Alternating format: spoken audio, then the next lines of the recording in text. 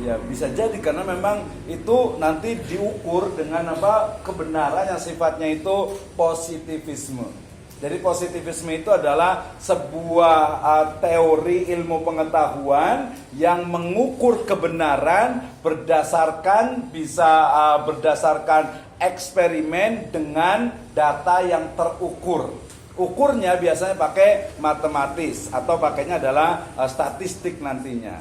Ya, makanya ada air mendidih 100 derajat Celcius, mungkin besi meleleh itu dalam sekian derajat Celcius. Jadi dia ada angkanya dan pasti. Gitu ya. Pasti dalam konteks pengetahuannya. Makanya ketika dia ngukur, berarti kalau umpamanya api neraka berapa derajat Celcius ya?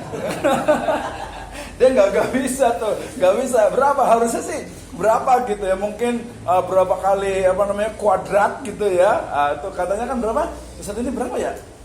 Panas api di bumi itu berapa ini sih? Berapa persennya dari panas di neraka? Pernah dengar nggak Ustaz? Tahunya cuma asapnya. Oh asapnya gitu. Asapnya gimana asapnya? Panasnya di dunia ini. Panasnya api di dunia itu asapnya api di neraka. Nah itu berarti dia masih kualitatif berarti ya. Jadi asapnya neraka itu ada asapnya kali ya? Itu analogi aja kali. Oh iya. Karena kan panasnya api neraka, bahan bakarnya aja batu dan manusia. Batu dan manusia. Tapi kalau saya pernah dengar deh, katanya api di dunia ini panasnya itu baru sekian persen daripada dunia, artinya yang kuantitatifnya. Ada Ustaz yang pernah dengar nggak di sini? Nggak pernah? Ya silakan. Ada ibu-ibu yang pernah dengar?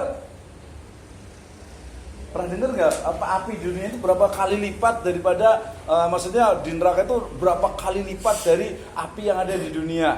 Kalau tadi kan asapnya, jadi asapnya neraka itu panasnya sama dengan api di dunia. Nah berarti ya kita itu asapnya sama ini kira-kira asapnya dengan sumbernya, dengan apinya atau dengan arangnya gitu ya. Kira-kira berapa itu sebenarnya kebenaran yang sifatnya itu tadi kualitatif, kalau kuantitatif harus ada angkanya. Walaupun bisa jadi salah, bisa jadi nggak tepat. Ya, misalnya tadi kalau Pak Nur mau menjawab apa tadi? Jaraknya ya. Jarak apa? Dari atas ketika manusia itu dimasukkan ke neraka itu berapa tahun baru sampai ke dasar neraka? 40 tahun. Hah? 40 tahun cahaya. Pakai cahaya ya? 40 tahun cahaya, tapi kayaknya di Al-Quran nggak pakai cahaya deh. Kalau di Al-Quran satu hari di dalam neraka itu 50.000 tahun. Oke, itu waktunya, maksudnya batu yang dilempar yang ketika zaman Nabi SAW itu, iya maksudnya hadis ya betul. 40 tahun cahaya. Pakai cahaya? 40 tahun. Bukan cahaya bukan ya? Iya. Iya, bukan 1000 tahun gitu. 40 tahun, tapi itu sepengetahuan saya, mungkin bisa salah. Iya, kayaknya bukan 40 tahun, kayaknya 40 tahun sebentar doang sih gitu ya. Persen berapa tahun? 40 tahunnya waktu di sana. Iya. Nah, itu sebenarnya kita lepas dari itunya, itu adalah kuantitatif. Ya, artinya kebenaran yang sifatnya itu dia terukur. Walaupun ukurannya itu mungkin bisa jadi berbeda karena ukuran di dunia itu berbeda dengan yang di akhirat, gitu ya. Oke, itu bicara tentang positivisme, tapi dalam konteks metode untuk mendapatkan ilmu pada masa klasik sampai sekarang yang di luar Islam itu selalunya adalah panca indera dan juga rasional. Ya, maka nanti muncul istilah rasionalisme. Salah satu dari anak kandung rasionalisme adalah kemarin itu ada yang disebut dengan istilah modernisme. Ya, jadi jangan salah kalau dalam kajian filsafat itu, kita itu modern. Bukan. Ya, modern itu sekali lagi ya. Kemarin modern itu apa ya? Saya tanya ke ibu yang sana. Modern itu apa sih? Atau modernisme? Ya, Bu itu betul ya. Modernisme itu apa? Ya, modern itu adalah perubahan zaman. Nah, modernisme kalau pakai isme itu artinya apa? Paham atau ideologi. Ya, yang belum saya tanya mana gantian ini ya? Bingung ini Ustaz yang ini. Modernisme itu apa? Ya, paham atau ideologi yang didasarkan kepada pemikiran modern yang menjadi anak kandung dari rasionalisme. Jadi modern itu bukan lawan tradisional sebenarnya, tapi kemudian memang sekarang itu istilah modern ya pakai teknologi, tradisional nggak pakai teknologi, ya. Tapi modernisme adalah ideologi yang meyakini bahwa segala sesuatu itu harus rasional, gitu. Jadi harus rasional, harus diterima. Ya, silakan. Ya, oke. Ini adalah metode klasik.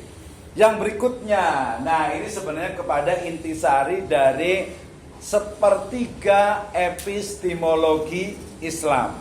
Ya, tadi yang pertama adalah cara mendapatkan ilmu. Ya, ilmu itu tadi pengetahuan itu adalah cara, boleh menggunakan istilah lain, cara mendapatkan kebenaran. Ya, atau boleh lengkap jadi cara mendapatkan kebenaran ilmu pengetahuan. Yang pertama adalah dengan burhani, ya. Yang kedua adalah dengan tajribi, kemudian juga dengan irfani. Ya, jadi ada minimal ada 3 ini. Walaupun dari 3 ini dia akan berkembang sesuai dengan bidang ilmunya masing-masing, ya kan? Jadi kalau bicara tentang burhani, ya burhani itu dia bersama dengan astrologi sebenarnya bayani, ya. Bayani itu artinya penjelasan dari teks wahyu, ya. Nah kita boleh tambahkan nih kayaknya nih kalau burhani itu dia lebih kepada logika.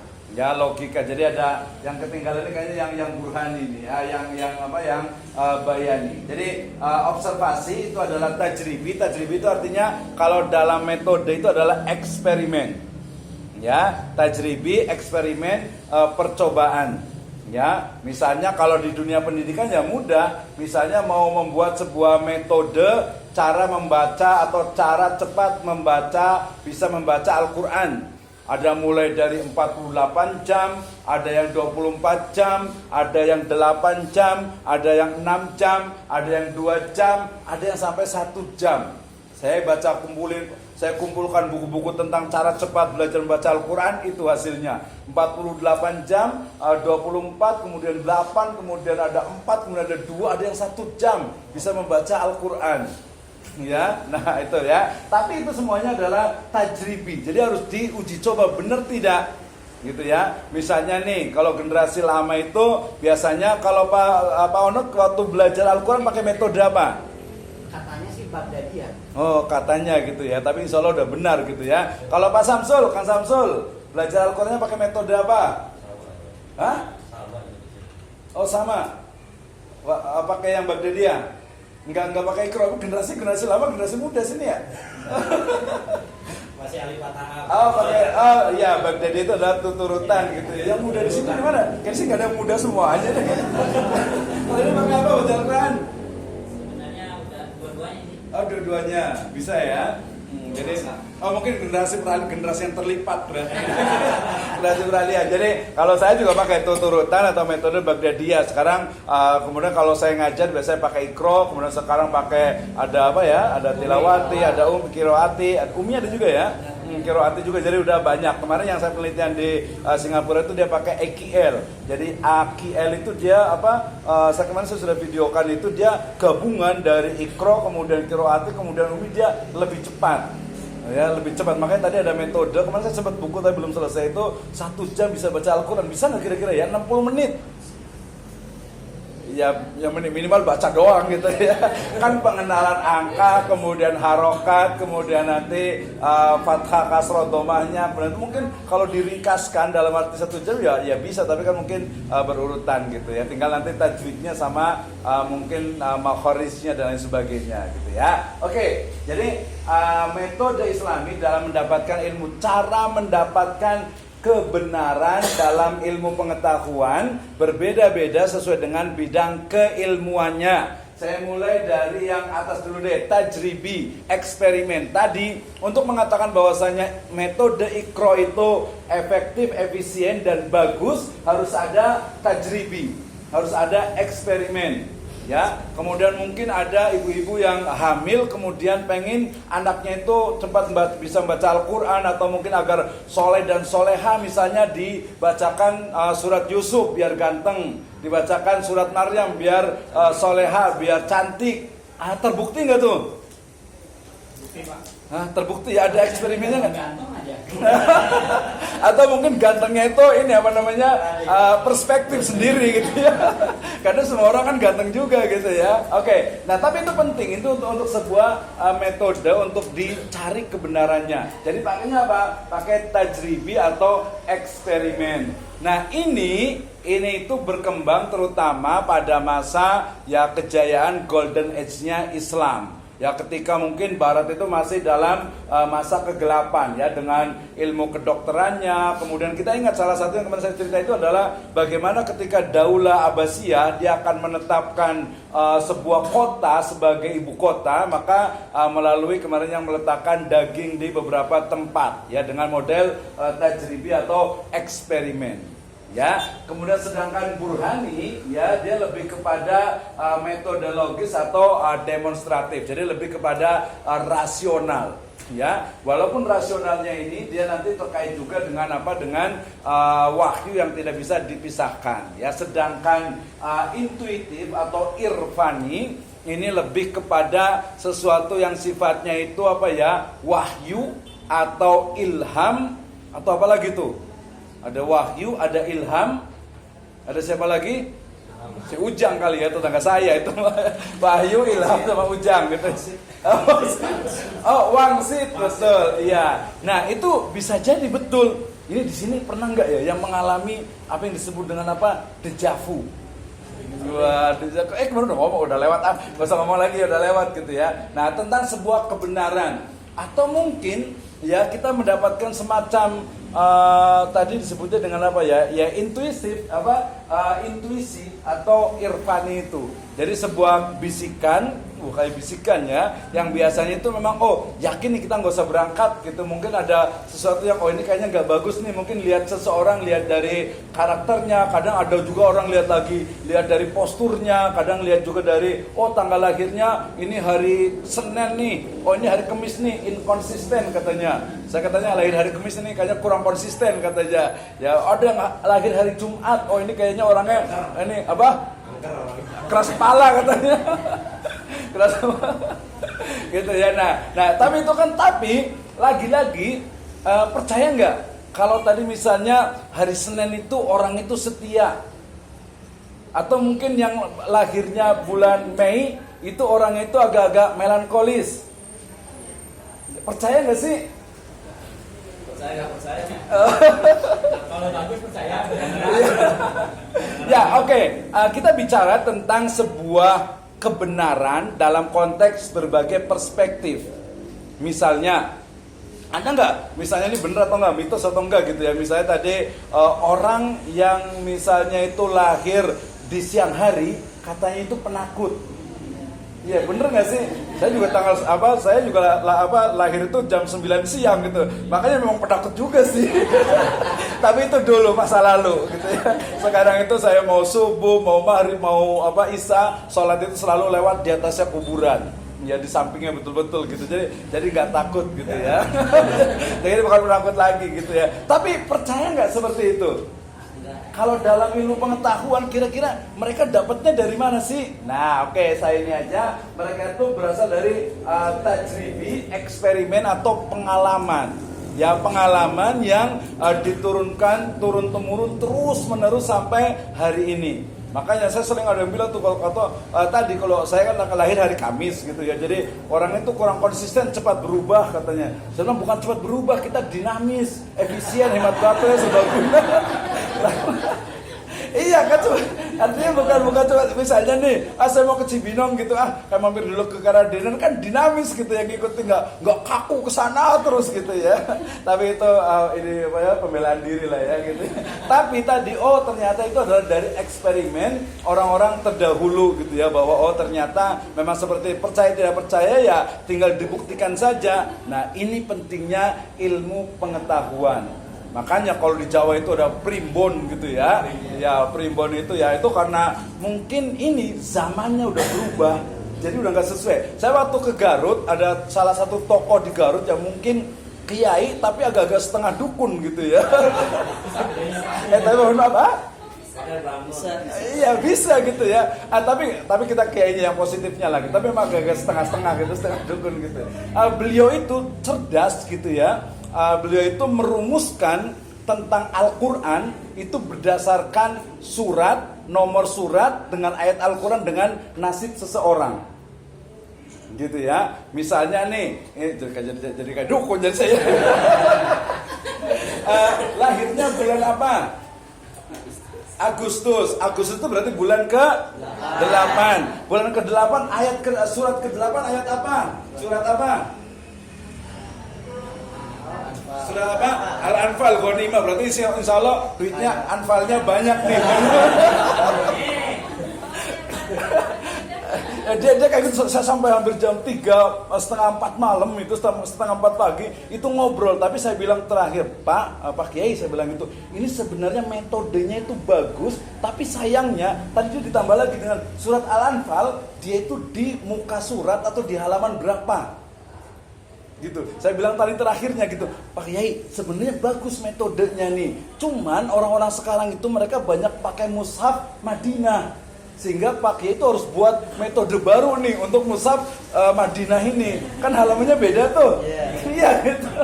Jadi lahir tanggal berapa, suratnya apa, sampai ke halaman ininya, termasuk sampai ke ayatnya. Ayat keberapa gitu. Jadi materi Kiai agak setengah-setengah dukun, tapi metodenya itu sebenarnya lokal ini sebenarnya, lokal genius sebenarnya itu.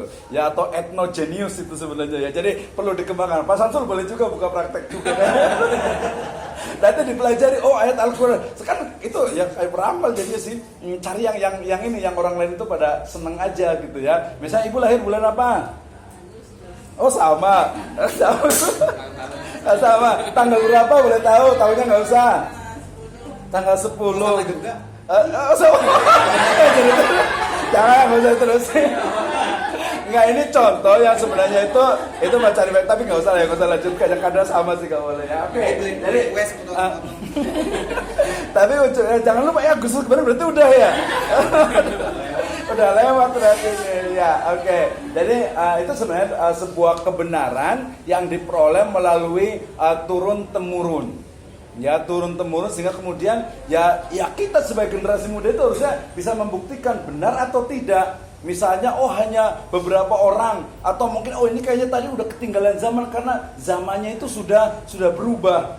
Ya, sudah berubah dan orang sudah tidak lagi kepercayaan itu, sudah tidak ada keyakinan yang sudah tidak ada, sehingga kemudian ya sudah tidak ada lagi pengaruhnya, efeknya, sehingga kemudian metode tajribi itu bisa jadi dia akan usang oleh zaman.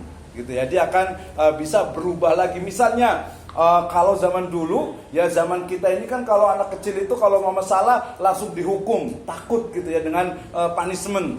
Ya, kalau sekarang nih, anak sekarang tuh kalau ditegur gitu ya, kemarin kan ada tuh yang di bawah ini ada teman gitu ya, ada yang di TK situ, ada anak SD itu main bola di bawah TK situ tuh, gitu kan ya. Nah, ada saya ngobrol dengan salah satu orang, Pak, itu kenapa nggak ditegur katanya? Zaman sekarang anak sekarang susah ditegur, biarin aja biar pecah dulu katanya. Baru saja. Mungkin yang guru TK itu perlu dibilang ya. Tapi itu bukan anak TK, masa anak SD, SMP juga bukan anak SD nih. Katanya biar pecah dulu kali baru. Nah, berarti metodenya itu udah berbeda gitu ya. Zamannya sudah berbeda. Oke ya, jadi nanti Irfani ini sebenarnya menarik nih. Di sini ada Ustadz Supriyatin ya, yang beliau ngajar di mata kuliah tasawuf sebenarnya. Jadi pertanyaannya walaupun masih sangat mungkin kebenarannya itu personal, ya, tapi ini harus diyakini ya bahwa seorang yang hatinya baik, ya mungkin dia juga berzikir, baik itu zikir pagi petang, zikir sholat dan sebagainya, itu dia memiliki apa ya? Memiliki apa namanya satu? Kalau di Quran disebutnya furqan. Oh iya, furqan ya. Tapi furqan bukan makna etimologi ya. Nah, kan furqannya itu adalah, kalau furqan secara etimologi bahasa artinya apa? Pembeda, yang bisa membedakan. Tapi kan furqan di situ sebenarnya nanti hampir sama dengan wa yu'allimuhumul kitaba wal hikmah. Jadi mungkin kayak memiliki hikmah kali ya. Jadi furqan itu mungkin kayak gimana contohnya tuh? Di ayat itu kan wa may yattaqillah yaj'al lahu furqana.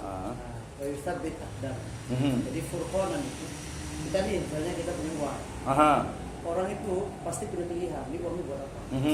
Nah, dia ini punya kemampuan untuk membedakan, sehingga dia menggunakan uang itu selalu di tempat yang diridhoi Allah, tempat yang paling bagus. Jadi dia punya dibimbing oleh Allah, punya cahaya. Cahaya. Itu furqan. Iya, berarti sehingga karena di kitab itu kan Allah berikan kepada Musa itu kitab wal furqan. Wal Kenapa furqan ya, dipisah? betul. Karena banyak orang yang menghafal Quran, tapi betul. dia tidak punya furqan, karena tidak punya takwa. Betul. Nah, jadi ada orang yang ilmunya sedikit, tapi bersih hatinya, dia bertakwa kepada Allah, dia punya furqan. Nah, kalau di ilmu dijadikan ilmu itu seperti Fakhruddin Ar-Razi yang menulis kitab Al-Firasah. Firasat ya. Iya. Ya betul, termasuk juga firasat mimpi juga nih ya. Iya, betul. Ternyata ada yang sahih, ada yang dhaif juga. Jadi mimpi itu kalau kita mimpi betul-betul mimpinya orang soleh kali ya, ru'yatul apa tuh, mukmin atau ru'yatul apa gitu ya. Jadi mimpi soleh itu 1/40 kenabian. 1/40 ya. Nah, itu kuantitatif berarti itu, jangan lupa ya. 1/40 gitu ya. Oke. Jadi di sini metode yang disebut irfani itu adalah baiknya seseorang di atas syariah yang kemudian dia bisa memilih ya sebuah kebenaran, mendapati sebuah kebenaran dan mendapatkan istilahnya bisa merumuskan, melahirkan sebuah teori yang bisa membawa kepada kebenaran dan juga cahaya tadi ya. Jadi cahaya, kebenaran, furqan, hikmah itu adalah istilah-istilah yang ada dalam ilmu pengetahuan Islam. Oke, sampai sini ada pertanyaan? Ada yang bingung-bingung dikit gitu? Saya Pak. Iya, silakan. Soal yang tadi tuh yang kalau lahirnya Senin bakal begini, bakal begini. Itu kalau menurut saya itu dongeng. Oh, dongeng ya, betul. Al-Quran itu asatirul awwalin. Betul. Dan kita ini harus mengkritisi itu. Sehingga tidak boleh ada orang lahir dia merasa sial.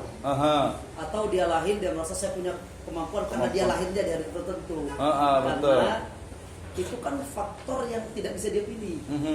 Jadi faktor yang tidak mungkin dia bisa mengendalikannya. Betul. Nah, nanti dia akan menyalahkan takdir. Dia akan, misalnya lahirnya tadi tuh karena dia kemis. Iya, betul. Ya salah Allah nih yang lahir. Kenapa saya lahir kemis gitu ya? Nah, sehingga ini yang disebut Al-Quran itu dengan asatirul awwalin. Kita harus melawan itu, membantah itu, bahwa keburukan itu hasil pekerjaan kamu sendiri. Bahwa sifat jelek itu bahwa kamu sendiri yang memilihnya. Ya bukan ini ya, bukan kehendak Allah Subhanahu Wa Taala ya. Bukan karena bawaan alam. Karena hari juga alam gitu, iya. betul ya kan. Nah ini memang yang paling banyak di masyarakat, termasuk yang lama itu biasanya kalau lahir pas gerhana bulan gitu kan ya. Itu kan. Iya. Aduh mohon maaf itu ibu-ibu yang udah lama gitu ya. Generasi lama itu ya. Ya tapi ya betul, tapi yang ya betul, saya setuju sekali bahwa memang itu sangat tidak Islami gitu ya. Tapi tadi saya bicara tentang memang dari mulai tajribi yang orang zaman dulu dari nenek moyang sampai sekarang akhirnya, nah sekarang itu sudah berubah tadi, betul bahwa ternyata mungkin diambil yang baik-baiknya, mungkin yang baiknya itu mungkin oke, tapi tapi biasanya memang kalau seperti itu juga pasti yang dicari yang baik-baiknya sih gitu ya. Yang itu cuma buat ini kagetin doang aja gitu ya. Jadi ini orang misalnya dari orang lahir hari Kamis itu inkonsisten gitu ya, tapi orangnya setia gitu ya biasa kayak gitu. Tapi saya kemarin lihat itu Pak, dengar penjelasan tentang